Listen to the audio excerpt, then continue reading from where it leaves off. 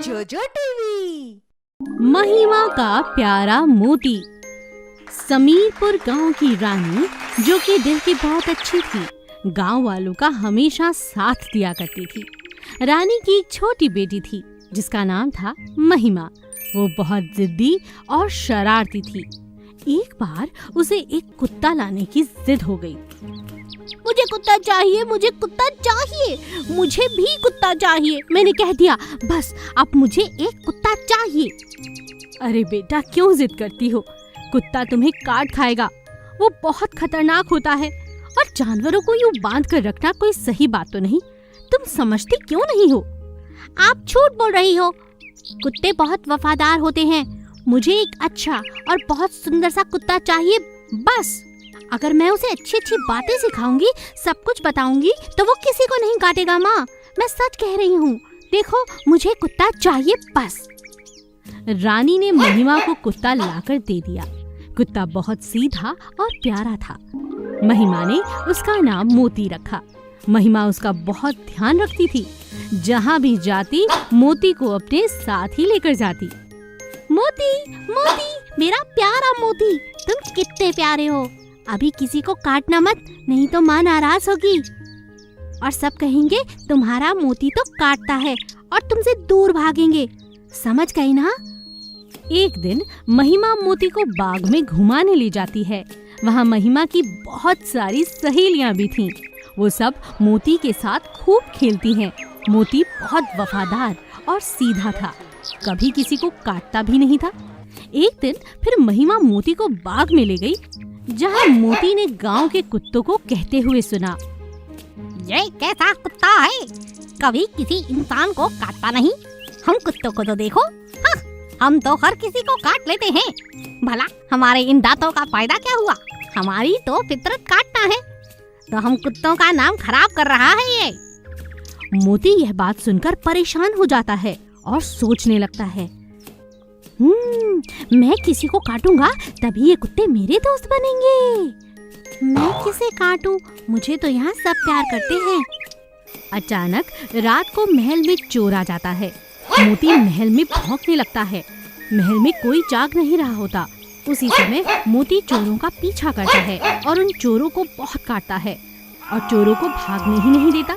यह शोर सुनकर सब जाग जाते हैं। रानी और महिमा देखते हैं कि मोती की वजह से चोर पकड़े गए। मोती महिमा को इशारों में बताता है कि उसने चोरों को पकड़ा है। महिमा और उसकी माँ उसकी बहुत तारीफ करती हैं और उसे बहुत प्यार करती हैं। अपनी वफादारी का इनाम मोती को मिलता है और अब सभी महल में उससे प्यार करने लगते हैं।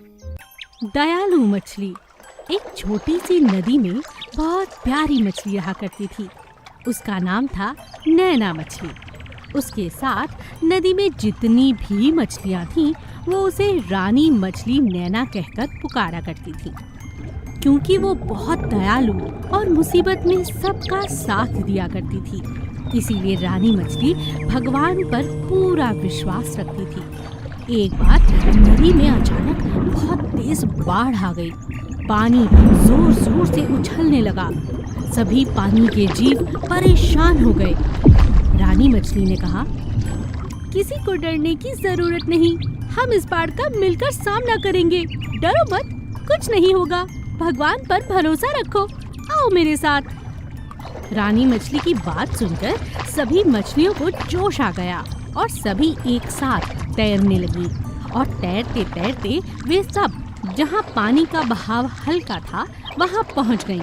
तभी एक छोटी नन्ही मछली को बहुत तेज भूख लगी, तो उसने कहा, मुझे भूख लगी है, मुझे बहुत भूख लगी है, अब मैं और आगे नहीं बढ़ सकती, बहुत तेज भूख लगी है मुझे। छोटी मछली की बात सुनकर रानी मछली ने कहा, अरे अरे, रो क्यों रही हो? मैं तुम्हें खाना दूंगी। आओ चलो, पहले हम खाना खाते हैं। रानी मछली इतनी दयालु थी कि खुद भूखी रहकर भी उसने दूसरी मछलियों को अपना खाना दे दिया। डरो मत, हम सब यहाँ पर सुरक्षित हैं। यहाँ पर बाढ़ नहीं आएगी, क्योंकि यहाँ पर पानी का बहाव बहुत कम है।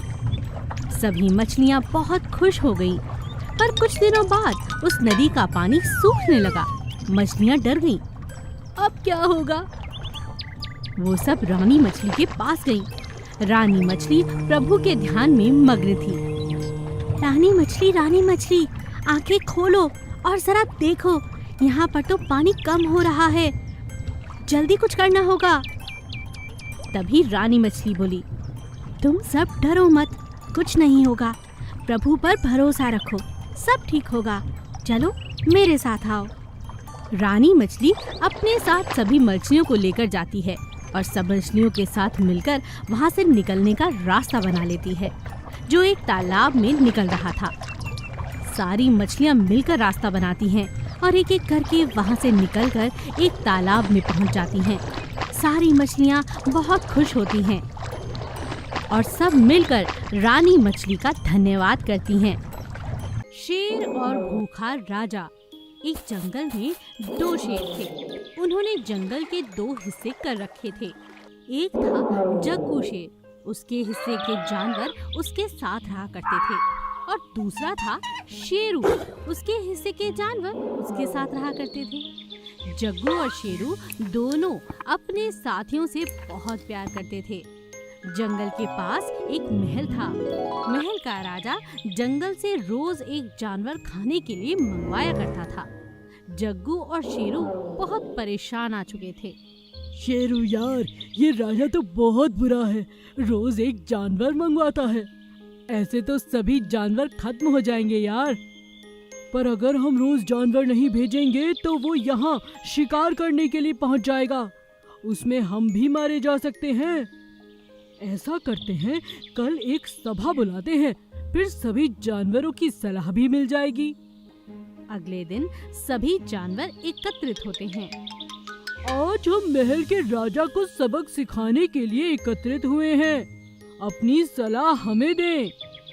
तभी लोमड़ी कहती है, हाँ, शेरू, आज तो तुम्हारी बारी थी, क्या तुमने जानवर महल में भेज दिया?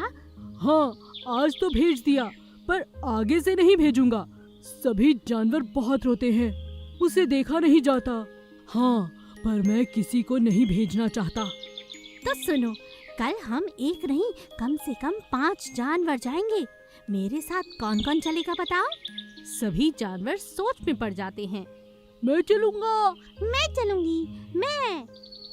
जग्गू और शेरू सभी जानवरों का आपस में प्यार देखकर कहते हैं, कोई नहीं जाएगा, सिर्फ हम दोनों जाएंगे।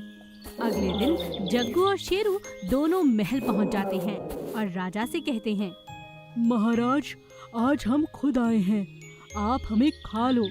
हम और कभी जानवर नहीं भेज सकते, नहीं भेजना चाहते, इसका हमें बहुत दुख है। हम उनका दुख नहीं देख सकते महाराज। महाराज कहते हैं, हाँ, शेर होकर उन जानवरों को बचा रहे हो? तुम तो खुद एक मांसाहारी हो। नहीं महाराज, हम किसी जानवर को नहीं खाते, सब हमारे दोस्त हैं। क्या कहा? तुम जानवर होकर मांसाहारी नहीं हो? राजा सोच में पड़ जाता है और दोनों शेरों का जंगल के जानवरों से प्रेम देखकर हैरान रह जाता है और दोनों को वहां से वापस भेज देता है, इस वादे के साथ कि कभी वो उस जंगल से कोई जानवर खाने के लिए नहीं बुलाएगा।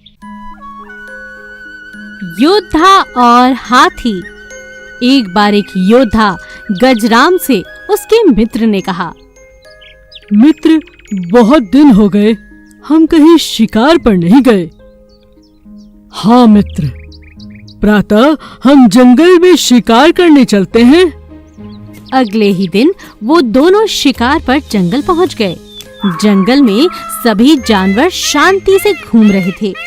कोई जानवर खेल रहा था, कोई खुश था।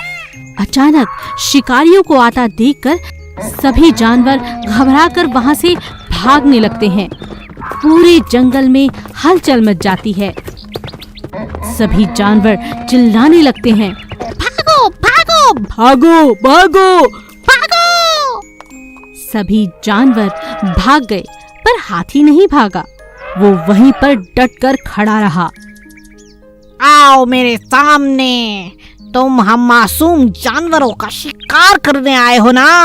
आओ, तुम्हें पहले मेरा शिकार करना होगा। तुम इस तरह हमारे जंगल को बर्बाद नहीं कर सकते। हाथी वहां से बहुत तेज भागा। उसके पीछे योद्धा और उसका मित्र भी भागने लगा। बहुत आगे पहुंचकर वो दोनों थक जाते हैं और मित्र कहता है, ये हाथी तो बहुत तेज भाग रहा है, तुम इसे तीर क्यों नहीं मार देते? इसने तो पूरे जंगल में हमें घुमा दिया। मित्र, तुम हाथी की चाल नहीं समझी।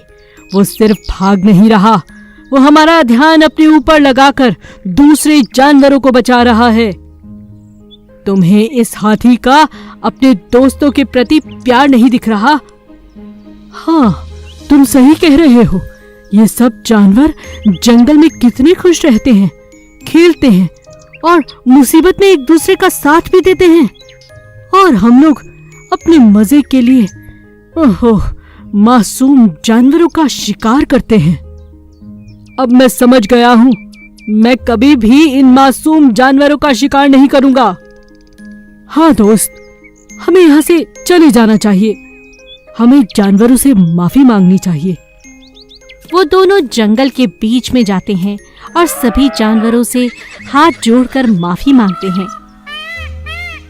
मैं एक योद्धा हूँ, पर इस हाथी ने मुझे परेशानी में भी एक दूसरे का साथ देना सिखा दिया है। मैं अब कभी जानवरों का शिकार नहीं करूंगा और इस जंगल में कभी वापस लौटकर नहीं आऊंगा, और आप लोगों की सीख हमेशा याद रखूंगा।